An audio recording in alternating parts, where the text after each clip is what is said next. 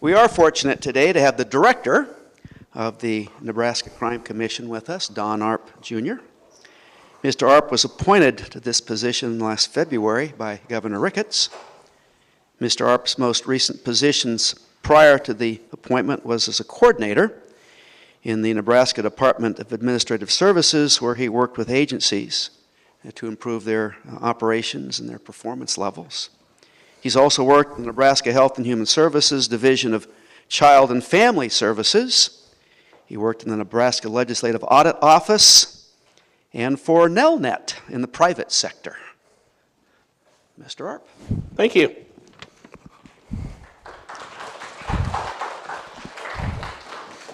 Appreciate everybody showing up today. It's been a while since I've been in the student union.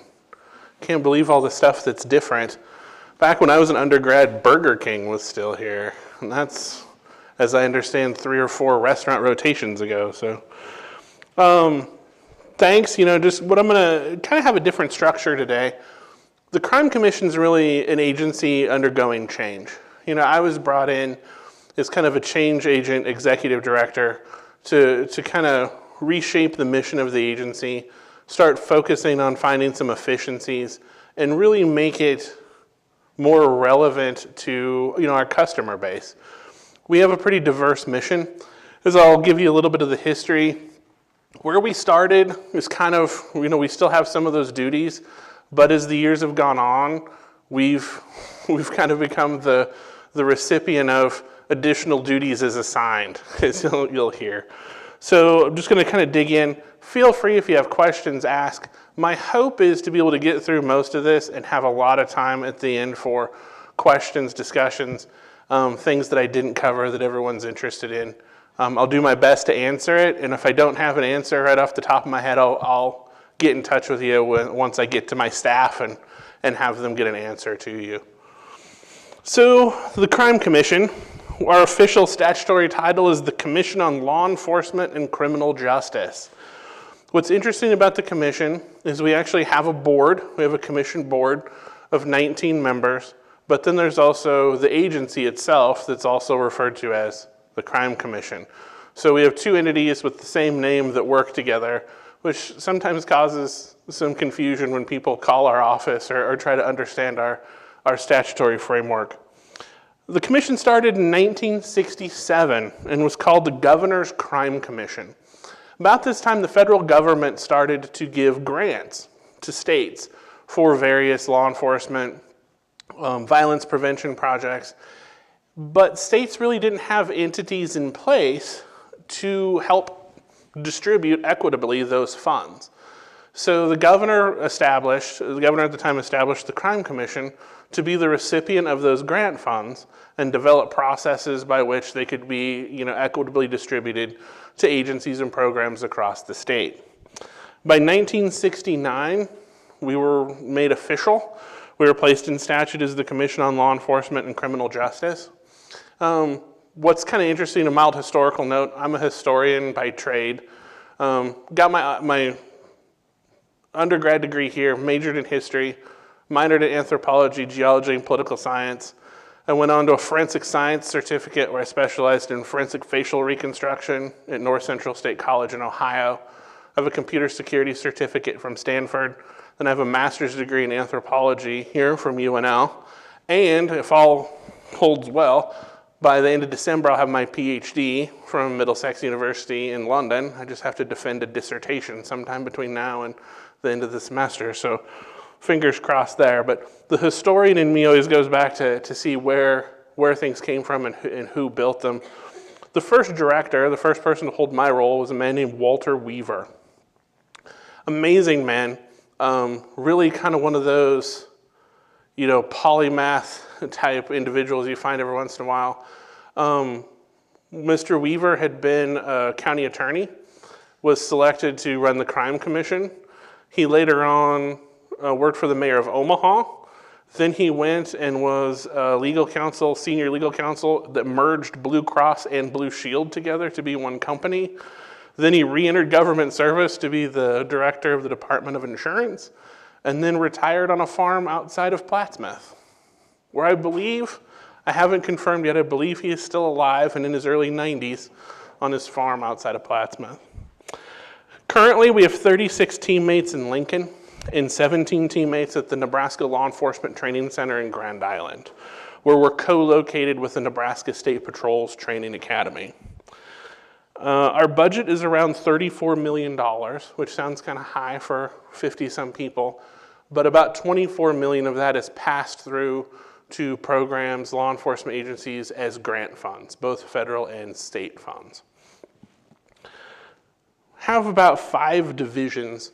When I took over the Crime Commission, I had 13 or 14 direct reports, and it felt like almost as many divisions. So we've started to lump divisions together, look for efficiencies, look for those kind of what I call programmatic synergies, things where we can get people that are dealing with a similar topic in the room, even if they're dealing with different parts of the topic. So my current divisions that I've established since taking over in February, I have a Federal Grants and Programs division, which oversees things like Victim of Crime Act funds, what people refer to as VOCA, Violence Against Women Act funds. A lot of the federal money is focused on victim services, but also oversees programs such as JAG, which can be funding to programs, but also law enforcement agencies. I have a newly established Division of Juvenile Programs and Interventions, which brings together 4 separate divisions under one house. We have the Office of Violence Prevention, which is a funding source predominantly focused on addressing gang activity. A lot of our grantees are in Lincoln and Omaha. We have a strategic plan to expand to some new cities coming up in probably the next year or two. The legislature appropriated some additional funds, about $250,000 more this year and $250,000 more next year for the Office of Violence Prevention to help with that expansion. Under that, we also have community-based aid, which is grants directly to counties that then fund programs within those counties to deal with juvenile justice issues.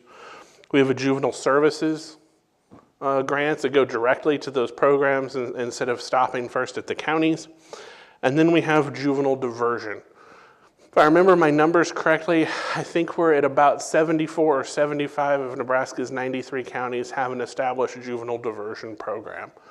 One of my goals is by December 31, 2020, that all 93 counties will either have their own juvenile diversion program or have a program in partnership with a neighboring county, so that recourse is available to juveniles should it be deemed appropriate for the activities they've conducted. I have a very new division. There's been some change in how the state handles information technology, and with the kind of the development of the office of the CIO, the Chief Information Officer, it allowed us to focus our technology folks on systems and research. So we established a systems and research division that handles things like the Criminal Justice Information System, works a lot with Ann Hobbs's group, with JJI for data. It's really positioning us to be the source for research data to help academic researchers, policymakers, people that are just interested. I get phone calls every week from citizens that are just interested in what's the pattern of crime in this, or what's happening in this area, or what are the plans for data collection in this area. So it's very interesting to see the number of people that are interested and excited about the data that we collect. We're on the cusp of something very interesting. Probably about 18 to 24 months, we'll have a data system that will hopefully solve a lot of the research questions people have. It'll be a repository of a lot of data with our data partners that will, I think, have us in position to really be that go-to resource for policymakers and those needing insights on how things are working. My next division is jail standards. I'll tell you, 3 of the hardest working employees I have, they inspect 74 facilities every year. It comes out to be about 68 to 69 county facilities and 3 to 4 juvenile facilities every year. So that's on-site inspections, sometimes for a week or more. So those guys are really my road warriors. They're out in the field all the time, sometimes working together, sometimes working alone, but a very dedicated group of auditors there. Then my last division is administration and accounting. So it's kind of the normal operation stuff to keep the agency going, budgeting, legislative affairs, but also under administration is the Nebraska Law Enforcement Training Center. Since the early 90s, the training center has been co-located with the State Patrol in Grand Island. The training center actually goes back much farther to about 1971 in that location. But in the early 90s, they co-located the State Patrol camp there.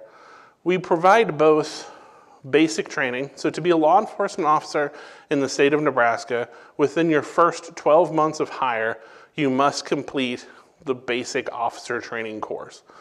Depending on scheduling at which time it happens in the year with holidays, it's 15 to 16 weeks. It's about 15 weeks of content, but when we get the course where we have holidays to cover, it kind of extends to another week. That's your basic law enforcement officer training. We train everybody except for the Lincoln Police Department, the Omaha Police Department, and then a new academy started, the Sarpy County, La Vista, Douglas County Enforcement Academy that covers those entities. We review their curriculum, we approve their training, any new programs they want to offer. Our Police Standards Advisory Council, which is responsible for helping run the training center and advising our director out there of what are called police officer training standards, reviews their curriculum, approves it, approves trainer curriculum. Really kind of make sure that everybody has the same basis. Upon graduation, officers receive what you'll sometimes hear as their certification. That allows them to function as a police officer. They take that agency to agency. There's an administrative process. If you leave one agency, your agency has to tell us you're leaving, and then when you arrive at a new agency, that agency tells us that you've arrived and what your certification is. We do have other programs out there for officers that may be certified in another state. We have reciprocity. Kind of analyze the training in that other state. They may or may not be able to come over and take our reciprocity program. They may have to take the full basic program. We also have kind of a reinstitution one where if you've been out for a few years but you're still in Nebraska and it's still a Nebraska certification, you can renew. Apart from that, we also offer in-service training. We train rifle and pistol instructors. We have accident reconstructionists come in, and that's the continuing in-service. If anybody plans to go into law enforcement, it is a career of continual lifelong learning. As technology advances, as the field advances, as the expectations of the public, hold to the quality of work done, it is constant learning. There's in-service training throughout the career of a police officer. We're lucky to be able to provide some of that at the training center. Other agencies provide it themselves. My dad was a Lincoln police officer for 30 years, and I remember him, going to training, being gone for a day or 2 days, depending on what it was, every year to get those hours. By statute, an officer is required to have 20 continuing education units, and they have to re-qualify with their firearm every year as well. The State Patrol, so we run about 3 classes a year. We limit our classes to 50 students apiece, so we train about 150 trainees a year. State Patrol will run anywhere from 1 to 2 camps a year. They've been averaging about 12 to 14 officers per camp. We can run those at the same time. There's enough room. The facility, we have a range, weight room, defensive tactics room, dorms, a cafeteria. It's pretty much like setting foot on a small community college campus. A lot of facilities, a driving track, outside fields. It's interesting, I've been out there before and you'll hear everything from the police dogs barking and doing a search to you'll hear officers on the range firing for target practice. And then you'll see members of the public coming in for an advisory meeting or a tour, or there will be senators present to do a facility inspection if we're asking for some facility funds. So with that, I talked about the commission. We have 19 members. Most are appointed by the governor for a 6-year term. Really a phenomenal group of Nebraskans. A couple weeks ago, we were saddened we lost Don Overman. His son is the sheriff of Scottsbluff County. Don was a 20-year member of the Crime Commission, ending his term in 2017. Just a phenomenal servant. We have a lot of great people on the Crime Commission. We have some law enforcement legends like Special Agent Wason Dunn, just great people that serve, continuing to help us advance the commission. Statute does require a certain number of required members, and that is the governor or his representative, the attorney general or his or her representative, the superintendent of the state patrol, the director of correctional services, the chairperson of what's called the Police Standards Advisory Council, which you'll sometimes hear law enforcement call PSAC, and then the chairperson of the Nebraska Coalition on Juvenile Justice. We meet quarterly in Lincoln. Meetings are open to the public. You're welcome to come by and see what happens. It's not, probably from the public side, sometimes the most exciting stuff. We're approving grants or approving policies, but you really get to see the work that goes into what it takes to be a crime commission. We have several standing committees.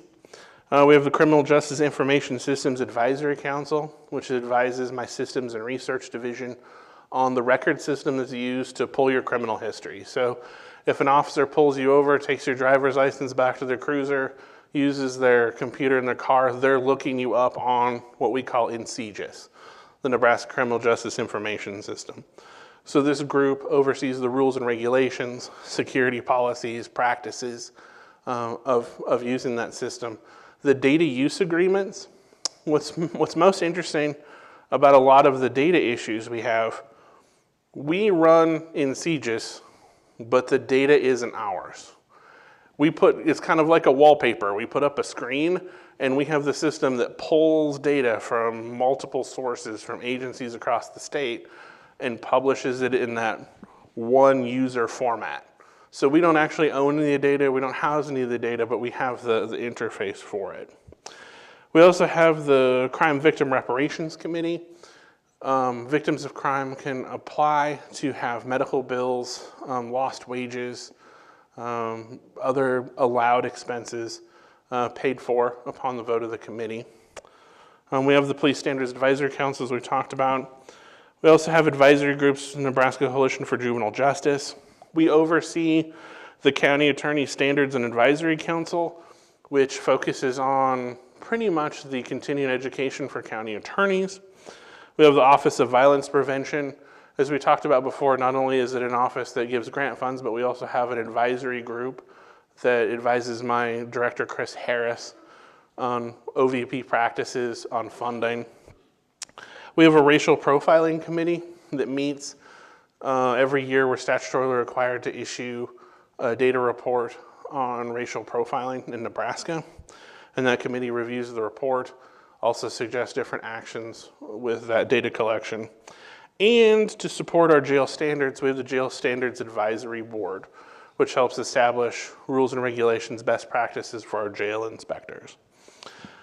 I was kind of a different choice for a crime commission director.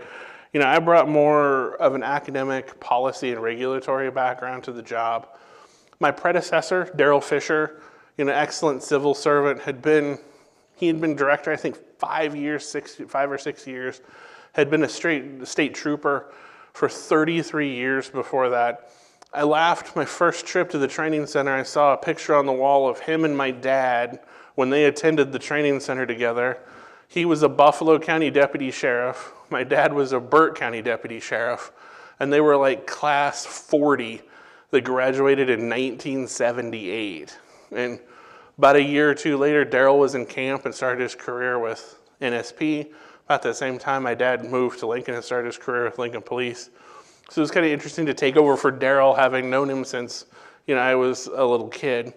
Before Daryl was a gentleman, Mike Boehm, who had retired as Lieutenant Colonel of the State Patrol. Before Mike was Al Curtis, had been a police chief. So you kind of see the pattern. A lot of folks that had been police chiefs in law enforcement roles. Mine was different. You know, I come from more of a research background. I'm published in forensic science. I'm actually published in police training. I was more the researcher, the academic, the policy, the regulatory choice. What I did is I came in and I saw an agency that had been run well for decades but needed a little bit of a change. You know, people would congratulate me in the hallway that I saw, you know, in the state office building, but then ask me, what's the Crime Commission? And that worried me a little bit because I wanted our customers to know who we were because we have money that can help them. I wanted our customers who in law enforcement to know, you know, we were there, we had training opportunities, what we would do with, certification, revocation investigations. It was just that we weren't out there. So I decided to start making some changes. In addition to changing the divisions, trying to find those synergies, trying to find those places where we could leverage multiple people on a problem and solve it full spectrum. I started to dig in and redefine really what it meant to be an agency. And what I did is I'll share with you what I call our mission, our vision, and our core beliefs. And this really shapes how we run the agency every day. So our mission. The mission of the Nebraska Commission on Law Enforcement and Criminal Justice is to champion and drive initiatives and programs that fuel enhanced coordination, cohesiveness, productivity, innovation, and effectiveness in Nebraska's criminal justice system. What I want us to do is be there to be the problem solver for those who have issues they need to figure out.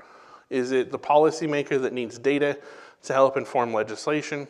Is it the researcher who needs insight or data or patterns to help solve a research problem? Is it an agency that needs help recruiting? Is it an agency that needs help with, perhaps an officer complaint? I want us to be there and be at the forefront of everything our customers need. And we have a diverse customer base. If you think about everything we do from, customers include law enforcement agencies, county attorneys. I deal with law enforcement from the local to the federal level, but also I deal with programs that are out there helping, victims of violence, helping, women who are subject to violence, helping, our citizens recover from traumatic events. We have a very diverse customer base, and we need to be there and accessible to them, but we also need to be looking at how we operate and push ourselves to be more innovative, to work with our partners so that we're solving the problems they need and we're meeting their expectations. I always say that I encourage my employees to always question what we do. I was like, if you don't know why we do it, the way we're doing it, question it. Ask where it came from. Why are we doing it that way? Is this the best way we could do it? To focus on that mission.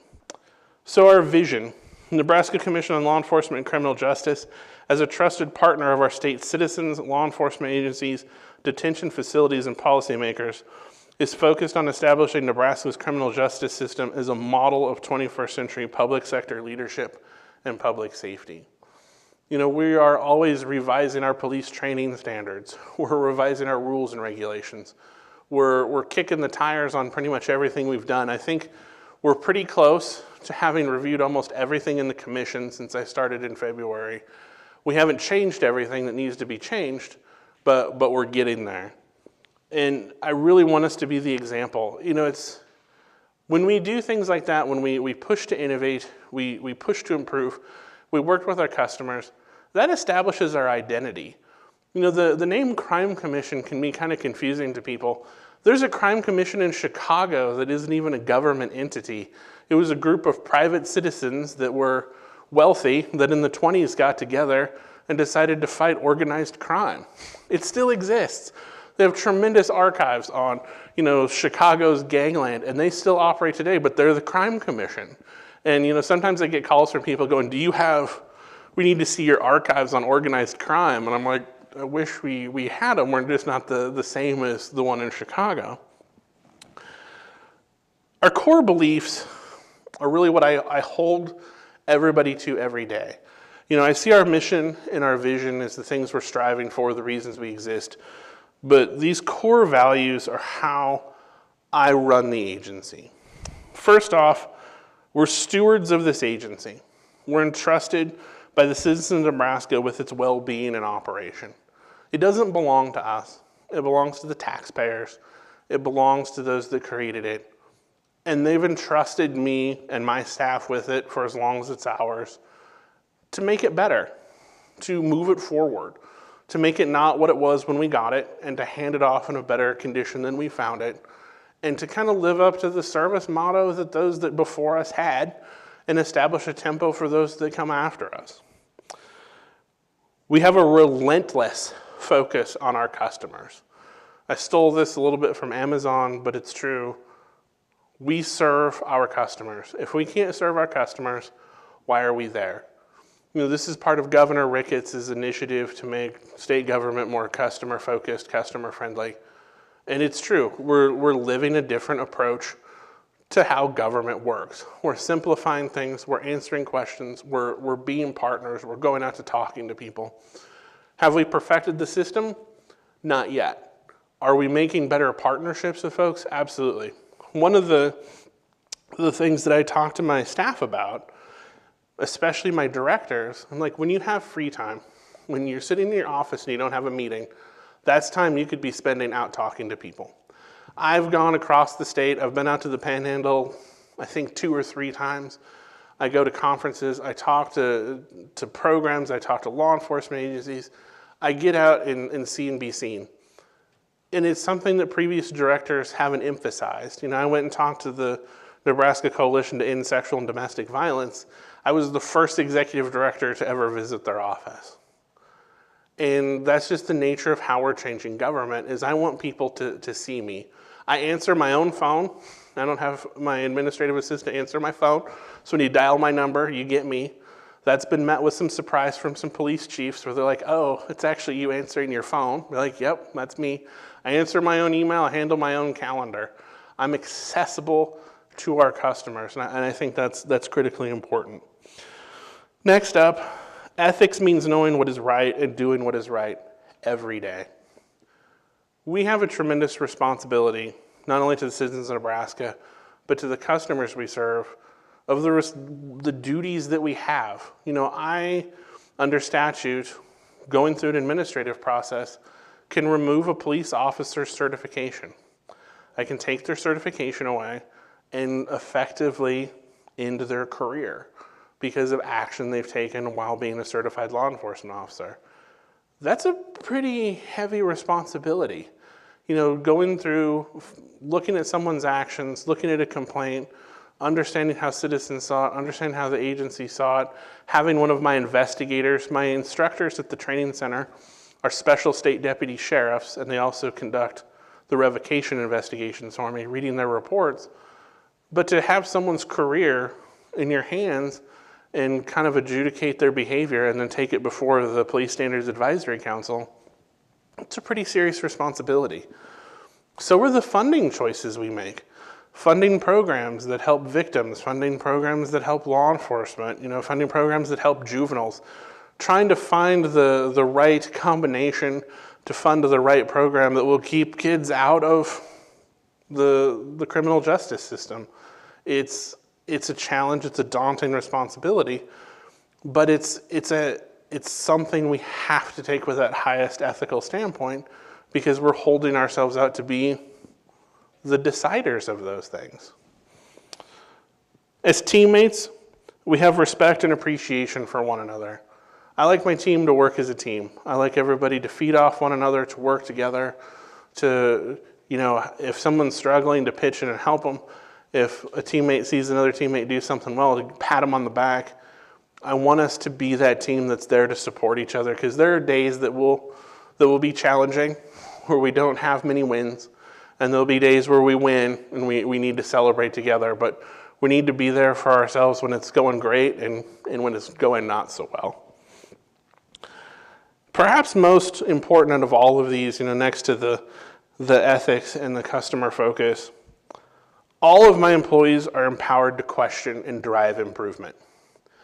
I don't believe in a command structure or a hierarchy. Everybody from the staff assistant 1 up to the director of systems and research is welcome in my office to discuss and question anything we're doing, anything at all, whether it's their area or not, so that we find that we're doing it the best way possible. What I do tell my directors, and I've told the teammates in my agency, we will question everything, we'll kick the tires on everything, and once we make a decision, it's our decision and we go forward with that decision. So there's the time to improve, there's the time to vet, there's the time to question, but when the decision's made, it becomes the commission's decision, and we follow through on that. Because we have any number of things we need to tackle every day, and we can't go back and rehash the things we just decided. But also, it gives them the chance to have the courage to speak up and have buy-in. You know, I've been surprised by many of my teammates. When I started, you know, I inherited an amazing group of people. I really did. Taking over the agency was so much easier because of the teammates that I inherited from Daryl. There were a few that I weren't sure were going to question things, and I'll tell you, if they weren't the ones in my office my first week with things to change, stuff to figure out, policies to rewrite, it was very inspirational to watch them dive in and want to change things for the better. So everyone's empowered, you know, and I like a Roy Disney quote when he says, when your values are clear to you, making decisions becomes easier. And it's true. When we know why we're here, what we're doing, and how we're going to do it, making the decisions just becomes technical. It becomes, you know, looking at the data, looking at the practice, and making a decision. Any questions so far? Kind of feel like I've blitzed through that. I see. Anybody? Okay. So the Crime Commission, considering how diverse our mission is, what's an average day look like? In Lincoln, I have, like I said, about 36 teammates. Some telecommute from their homes. A lot of my grant folks are out in the field doing site visits to grant programs, doing monitors, you know, reviewing financial records. So, you know, on a given day, the population in the office can be kind of sparse with everyone in the field. So I thought I'd kind of show you what a day looks like for me. So I'm pretty routine to get there about 8 in the morning, pretty standard. For me, I'll field about 5 to 7 phone calls a day. If I'm not at my desk, it bounces to my voicemail. These are questions about, you know, grants, which then I forward it on to the program directors. I also get ideas for process changes. I get questions about officer complaints, both from agencies and from the public. People calling to want me to come speak at, you know, different engagements, policy clarifications, all sorts of that stuff. I'll probably make, after those 5 to 7 phone calls come in, at least a dozen. After that, returning messages, trying to answer the phone calls I've gotten because I don't know the answer off the top of my head. I have my director of the training center and my legal counsel in Grand Island on speed dial to have conference calls on things. There's just so many different topics come in, especially by phone, that I need a lot of people within pretty quick reach to help me address those issues. The day that I decided to tabulate this, I was doing crime victim reparation hearings, so I reviewed 4 to 8. I think it started out at four cases in the morning, then got 4 more by the afternoon, serving as the hearing officer, reviewing those. So that's reviewing recommendations from our coordinator on what bills should be paid for a crime victim, and then that goes before the committee. I review operational metrics. The Ricketts administration, with our process improvement efforts, is very metrics focused. You know, meaningful metrics that show how the agency is performing. I have about 7 goals with the governor, performance goals, and each one of those is diagnostic of one part of my agency. So if I'm not meeting that goal, that means something in that part of the agency is not functioning where I thought it would be at this point in time, and that helps me dial down and try to find what the constraint is. Sometimes it's just a reporting issue, you know, maybe a report hasn't been completed in time, to tally as a completed inspection, but it helps me have control over what the performance of my agency is. We currently have several Lean Six Sigma projects going on. Through the State Center of Operational Excellence, they've taken on the Lean Six Sigma process improvement methodology.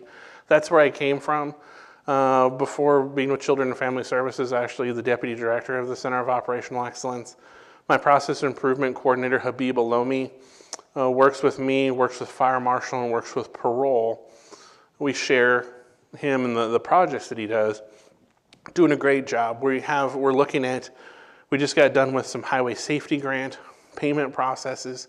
He's going to help me with some other administrative projects. He's already done 2 projects for us already this year.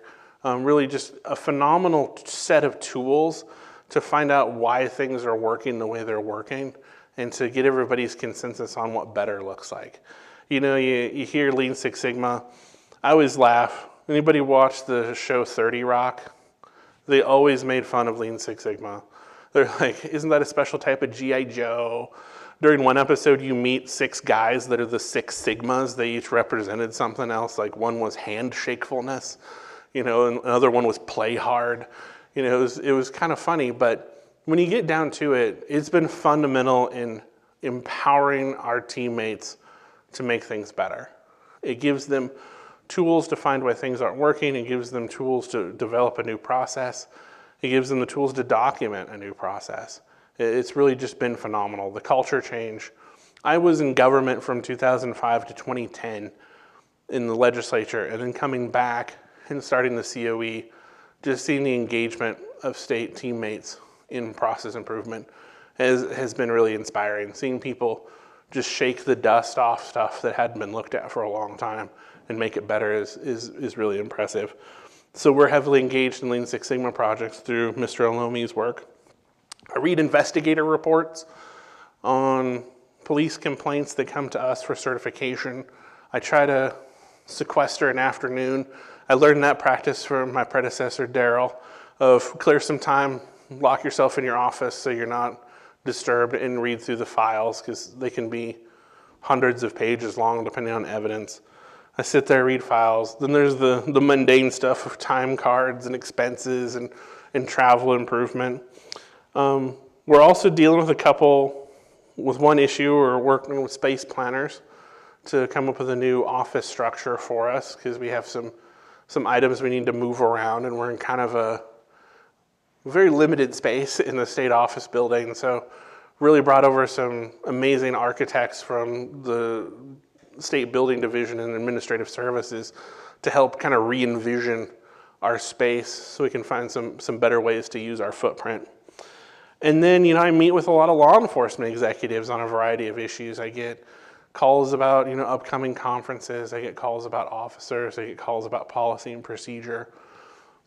I've talked to, you know, on a given day, I'll talk to the, you know, police chief of Crete and the U.S. Marshal. And it could be back-to-back phone calls. And sometimes I'm in meetings with both of them. You know, it just depends on what we have going on. No 2 days are the same. You know, it sounds kind of cliche, especially for government, but I'll tell you, I have not had 2 days be the same in this job. It's constant movement. It's meeting new people. You're meeting some amazing people that go out and really put their lives on the line every day. Or you meet people that work in programs servicing victims who every day hear the most horrible stories. And I don't know how they do it, but they do it every day, and it's amazing. That's kind of what a snapshot in my day looks like. It's like we're approaching about 20 minutes left. Does anybody have any questions? Anything you want to know? Anything you're curious about? Anything at all? Don't be shy. I can also start calling on people. Yes, sir. Hello, I'm Director of the Nebraska Commission and look forward to maybe saying hi to you after this. I'm going to Kansas State University in a couple weeks to give a talk to a research methods class that'll be full of sociologists and criminology students. I'm going to talk about careers that are available, careers that they might not know about, so things that people are doing in your office outside of traditional, policing, correction, probation, parole, those sorts of things. And I'm going to be talking about the importance of having a high data IQ and a high research IQ, no matter what, position you might be filling. Could you talk about, if you might have, hirings, any openings over the next year or two, what sort of characteristics would you be looking for in those candidates, and would having a high, data or research IQ, would that be an important part of the process? Absolutely. Two things on that front. Probably in the next, I wouldn't say probably in the next 12 months, but probably in the 12 after that, we hope to add at least one statistician, if not two, to our systems and research division, just to be able to handle the data lifting, especially with the new system coming in. We currently have one full-time master's degree statistician.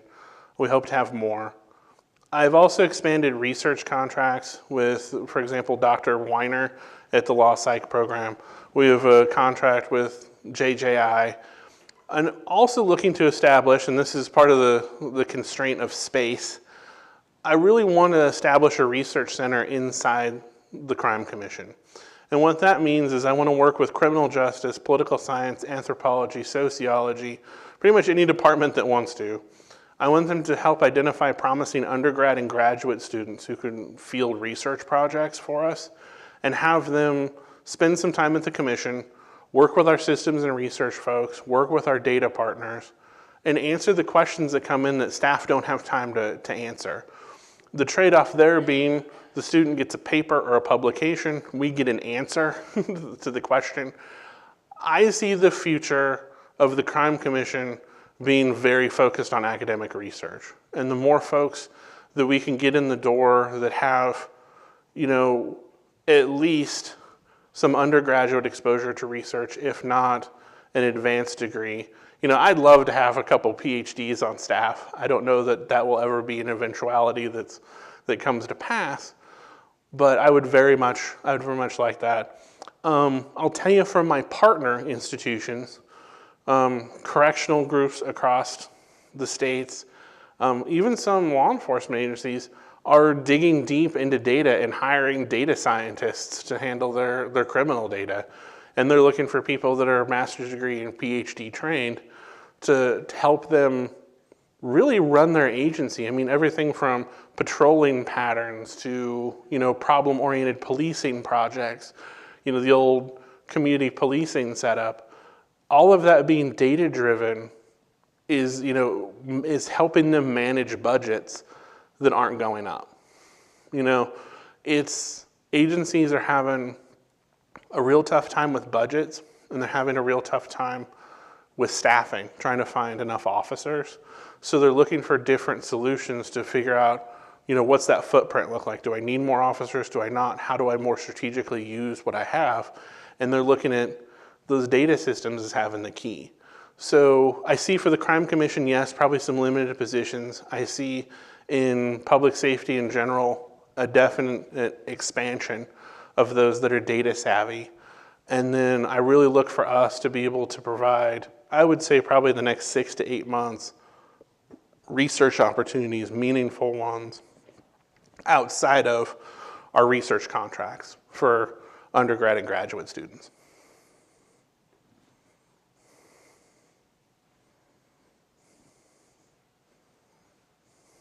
Anybody else? Somebody's got to have a question.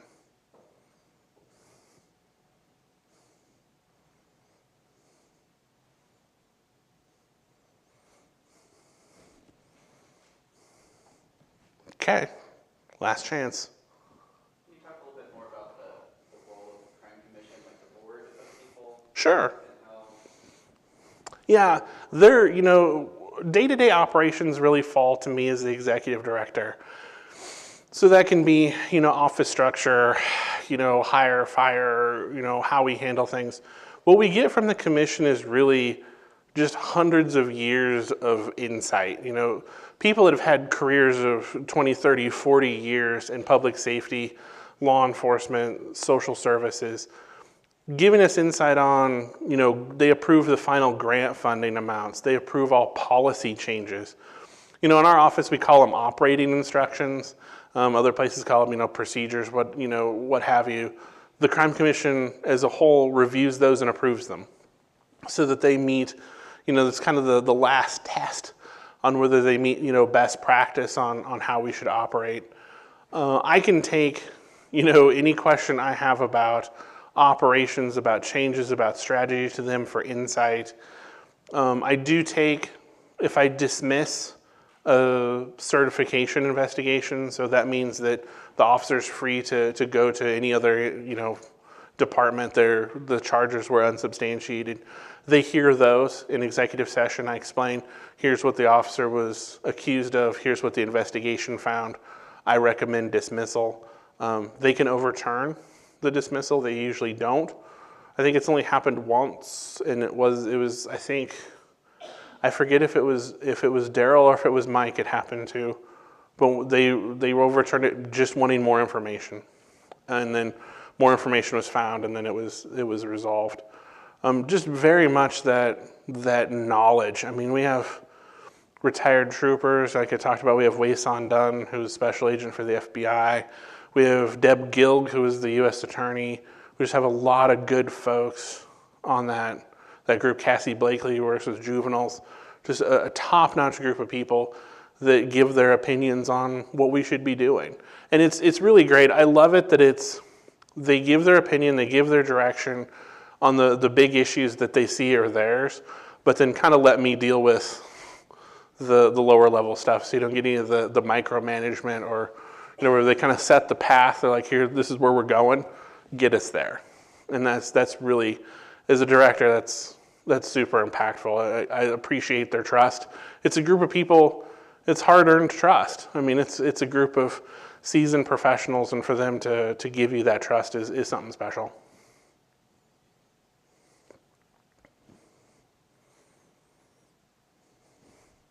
Yes, sir. Yeah, could you just kind of expand on your jail standards division? The only reason I'm asking is because I work as a correctional officer, so I wasn't sure on was that from staffing point of view or inmate point of view, Sure. what it all involves. Yeah, so my jail standards group, we have the Jail Standards Advisory Board, which establishes the standards for all of the facilities. We do not inspect Department of Correctional Services facilities. We only inspect the county detention facilities and the juvenile facilities. What my auditors do, there's a director and then two analysts that work for him, but they all are working out doing the audits. They go out and do a policy review. So they'll go out and look at the facilities. Are the facilities up to code? Does everything work? Are the policies up to date? Do the information systems work? I mean, some of the stuff they'll have is, punch up this inmate in your system and let's see if the data matches. Let's check the windows. Let's check the food. Let's, test the security outside. Are all the lights on? What's your staffing like? What's your training like? Are you adequately training the detention center staff? Have you ever been over census, all of these different things that are in the rules and regs, they go out and physically inspect. The one thing that's nice, and I really appreciate it coming from a regulatory background, is if they find something, they don't just point it out and go, well, this was a deficiency, fix it. They work with the facility. They'll be like, here are the things you need to do to fix it. Here's how we'd go about it. They work with them on an improvement plan, and then when they're going to come back to reassess. So it's more of that collaborative nature. It's really problem-solving focus. It's not a gotcha. It's not a let's put you on the list. It's, hey, we found something that's not compliant. Let's work together to get you there, because the overall mission is we want 100% of the facilities 100% compliant. They'll talk to staff, they'll talk to detainees, they'll talk to inmates. They really just go top to bottom in each of the places. And, for some it's easier. It's a 4 or 5 bed facility, and in some it's, 60, 70, 75 bed facility or more. So they definitely have their work cut out for them when they get out there.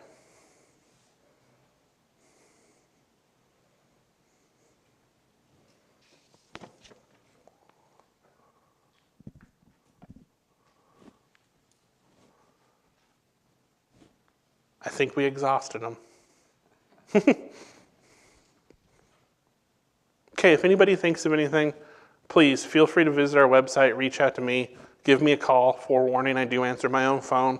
Email me, get in contact.